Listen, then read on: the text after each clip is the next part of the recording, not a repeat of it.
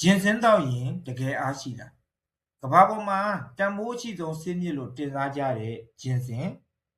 လူတော်များများကတော့သူ့ကိုဘာမဆိုပြောက်တဲ့နတ်ဆေးတစ်ပါးလို့ယုံကြည်ကြပါတယ်ဒါပေမဲ့ဂျင်ဆင်းတောက်လိုက်တိုင်းတကယ်အားရှိသွားတာလားဒါမှမဟုတ်အားရှိတယ်လို့စိတ်ထဲကနေပဲထင်နေတာလားသိပ္ပံနည်းကျလေ့လာမှုတွေအရဂျင်ဆင်းမှာဘလို့အာနိသင်တွေရှိနေလဲဘလို့လူတွေတတိထားပြီးရှောင်ကျဉ်ရမလဲဆိုတာတွေအပြင်ဂျင်ဆင်းကိုအထီးရောက်ဆုံးဖြစ်အောင်ဘလို့တောက်အောင်မလဲဆိုတာကိုဒီနေ့ဗီဒီယိုမှာပြောပြပေးသွားမှာဖြစ်လို့ကျွန်တော်ရဲ့ဗီဒီယိုလေးကိုအဆုံးထိကြည့်ရှုပေးပါဦးခင်ဗျာ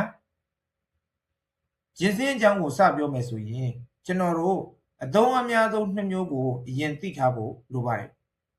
အဲ့ဒါတွေကတော့ကိုရီးယားဂျင်ဆင်းနဲ့အမေရိကန်ဂျင်ဆင်းတို့ပဲဖြစ်ပါတယ်သူသေသနာတွေအရကိုရီးယားဂျင်ဆင်းကခန္ဓာကိုယ်ကိုနိုးကြားတက်ကြွစေပြီးတော့အမေရိကန်ဂျင်ဆင်းကတော့စိတ်ဖိစီးမှုတွေကိုရှော့ချတဲ့နေရာမှာပိုပြီးထိရောက်တယ်လို့ဆိုပါတယ်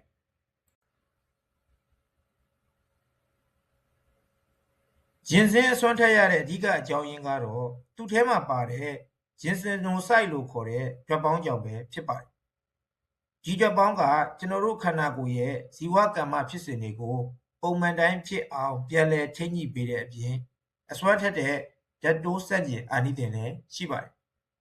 ဒါကြောင့်ဂျင်ဆင်းကိုတောက်သုံးပေးမယ်ဆိုရင်ခန္ဓာကိုယ်ရဲ့ကိုယ်ခံအားကိုမြင့်တင်ပေးပါတယ်အာယုံစူးစိုက်မှုကိုအားကောင်းစေပါတယ်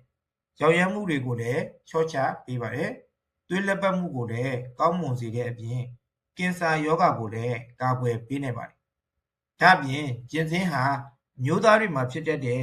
ပန်းသေးပန်းညိုရောဂါကိုကုသတဲ့နေရာမှာလည်းများစွာအထောက်အကူပြုပါတယ်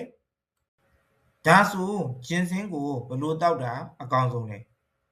သူသေသနာတွေအရာတနေ့ကိုဂျင်ဆင်းအမြင့်မဟုတ်2 gram သို့မဟုတ်ဂျင်ဆင်းဆေးဆိုလို့ရှိရင်40 mg ကနေ200 mg ထိတောက်နိုင်ပါတယ်ဂျင်ဆင်းကိုရေရှည်ဆွဲတောက်တာမျိုးထက်2ပတ်3ပတ်လောက်တောက်ပြီးလိုအပ်တဲ့အားအင်ရပြီဆိုလို့ရှိရင်ခဏနားလိုက်အားအင်လိုအပ်ပြီဆိုမှပြန်တောက်တာမျိုးပြုလုပ်တာကပိုကောင်းတယ်လို့သူသေသနာပညာရှင်တွေကအကြံပြုထားပါတယ်ဂျင်ဆင်းကသဘာဝကရတဲ့ဆေးဖြစ်လို့ဘယ်သူမှဆိုတောက်လို့ရတယ်လို့ထင်ရင်တော့မှားပါလိမ့်မယ်ဂျင်ဆင်းတောက်ရင်တချို့မှာအိတ်မပျော်တာခေါင်းကိုက်တာဗိုက်အောင်တာနဲ့အမျိုးသမီးတွေမှာဆိုလို့ရှိရင်ဓမ္မတာမမှန်တာမျိုးတွေဖြစ်နိုင်ပါတယ်ကိုဝင်ဆောင်မိခင်နဲ့နှုတ်တက်မိခင်တွေသွေးကြဲသေးတွေဖြစ်တဲ့ aspirin warfarin ဆေးတွေတောက်နေရတဲ့သူတွေစိတ်ကြောက်ယောဂကုသဆေးတောက်နေရတဲ့သူတွေကဒီဆေးကိုတောက်မယ်ဆိုရင်ဆရာဝန်နဲ့တေချာတိုင်ပင်ဖို့လိုပါတယ်ဒါကြောင့်ဂျင်ဆင်းဆိုတာတောက်လိုက်ရုံနဲ့အားရည်နဲ့ရှက်ချင်းပြေဝလာစေမယ်အစွမ်းထက်ဆေးတစ်မျိုးလိုပဲတစ်ချက်ချက်မမှတ်ယူစေချင်ပါဘူးတကယ်တော့ဂျင်ဆင်းရဲ့စစ်မှန်တဲ့အာနိသင်ကိုရရှိဖို့ဆိုတာမိမိရဲ့လက်ရှိကျန်းမာရေးအခြေအနေကိုတေချာနားလည်ဖို့ရဲ့ခန္ဓာကိုယ်နဲ့ကိုက်ညီမဲ့ပမာဏကိုစနစ်ကျတောက်သုံးတတ်ဖို့ရဲ့ကအရေးကြီးဆုံးဖြစ်ပါတယ်ဂျင်ဆင်းကအပင်ကရတဲ့သဘာဝဆေးဖြစ်ပေမဲ့လည်းမိမိရဲ့တဲ့မတဲ့တေချာချင့်ကျင်ပြီးမှန်မှန်ကန်ကန်အသုံးချတတ်မှသာသင်ကျန်းမာရေးအတွက်တကယ်ကိုအဖိုးတန်နဲ့အဖော်မွန်စစ်တလက်ဖြစ်လာမှာဖြစ်ပါတယ်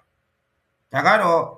ဂျင်ဆင်းတောက်ရင်တကယ်အားရှိလားဆိုတဲ့ခေါင်းစဉ်နဲ့ပတ်သက်ပြီးကျွန်တော်ကပြောပြပေးသွားတာပဲဖြစ်ပါတယ်ဒီကြောင်းအရာနဲ့ပတ်သက်ပြီးသိကျင်တဲ့အချက်တွေရှိသေးတယ်ဆိုလို့ရှိရင်လည်းကွန်မန့်မှာမေးခဲ့လို့ရပါတယ်အားလုံးကိုကျေးဇူးတင်ပါတယ်ခင်ဗျာ